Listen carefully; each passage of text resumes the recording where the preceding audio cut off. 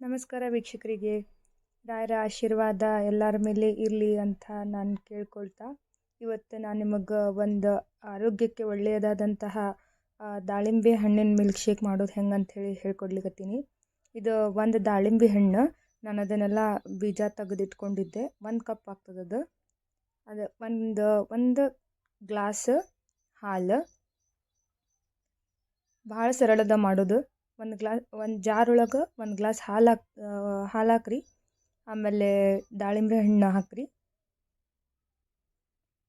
ಹಾಕಿ sugar ಇರೋರು ಅಂದರೆ diabetes ಇರೋರು ಸಕ್ಕರೆ ಅವಾಯ್ಡ್ ಮಾಡ್ಕೊರಿ. ಬೇಕಂದ್ರೆ ಇದು ಗೋಡಂಬಿ ಹಾಕಿದೆ ನಾನು. ಆಮೇಲೆ ಇದು ಹನಿ ಹಾಕ್ಲಿಕತ್ತೀನಿ. ಡಯಾಬಿಟೀಸ್ ಇರೋರು ಶುಗರ್ ಅವಾಯ್ಡ್ ಮಾಡ್ಕೋಬೋದು, ಯಾಕಂದ್ರೆ ಈಗ ಹನಿ ಹಾಕಿಬಿಟ್ಟಿರ್ತದಲ್ಲ. ಮತ್ತು ಜೇನುತುಪ್ಪ ಹಾಕಿದ್ರೆ ಆಲ್ಮೋಸ್ಟ್ ಸಿಹಿ ಆಗಿರ್ತದೆ. ಆದರೂ ಇನ್ನೂ ಸ್ವಲ್ಪ ಬೇಕನ್ನೋರು ಹಾಕ್ಕೋಬೋದು ಸಕ್ಕರೆ ಬೇಕಂದ್ರೆ. ನಾವು ಡಯಾಬಿಟೀಸ್ ಇಲ್ಲ, ಹೀಗಾಗಿ ನಾವು ನಾರ್ಮಲ್ ಮಿಲ್ಕ್ ಶೇಕ್ ಮಾಡ್ಕೊಳ್ಳಿಕತ್ತೀವಿ. ಸೊ ಇಷ್ಟು ಹಾಕಿ ಏಲಕ್ಕಿ ಪುಡಿ ಇದ್ರೆ ಏಲಕ್ಕಿ ಪುಡಿನೂ ಹಾಕೋರಿ. ಮಿಕ್ಸಿ ಮಾಡಿಬಿಡ್ರಿ.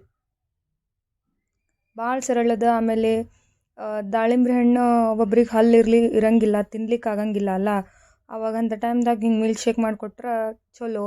ದಾಳಿಂಬೆ ಹಣ್ಣಿನಿಂದ ರಕ್ತ ಲಘು ಆಗ್ತದೆ. ಸೊ ಭಾಳ ಸರಳದ. ನೀವು ಇದನ್ನು ಮಾಡ್ಕೋರಿ. ಹೆಂಗಾಗಿರ್ತದೆ ಅನ್ನೋದು ನಂಗೆ ಕಮೆಂಟ್ ಒಳಗೆ ತಿಳಿಸ್ರಿ. ಈಸಿ ಅದ ಭಾಳ ಮಾಡ್ಲಿಕ್ಕೆ, ಹಂಗೇನು ಭಾಳ ತ್ರಾಸ ಆಗಂಗಿಲ್ಲ, ಭಾಳ ಹೊತ್ತನೂ ಆಗಂಗಿಲ್ಲ, ಲಘುನೂ ಆಗಿಬಿಡ್ತದೆ. ಗೆಸ್ಟ್ಗಳು ಬಂದಾಗೂ ಇದನ್ನು ಮಾಡ್ಕೊಡ್ಲಿಕ್ಕೆ ಭಾಳ ಸರಳ ಆಗ್ತದೆ.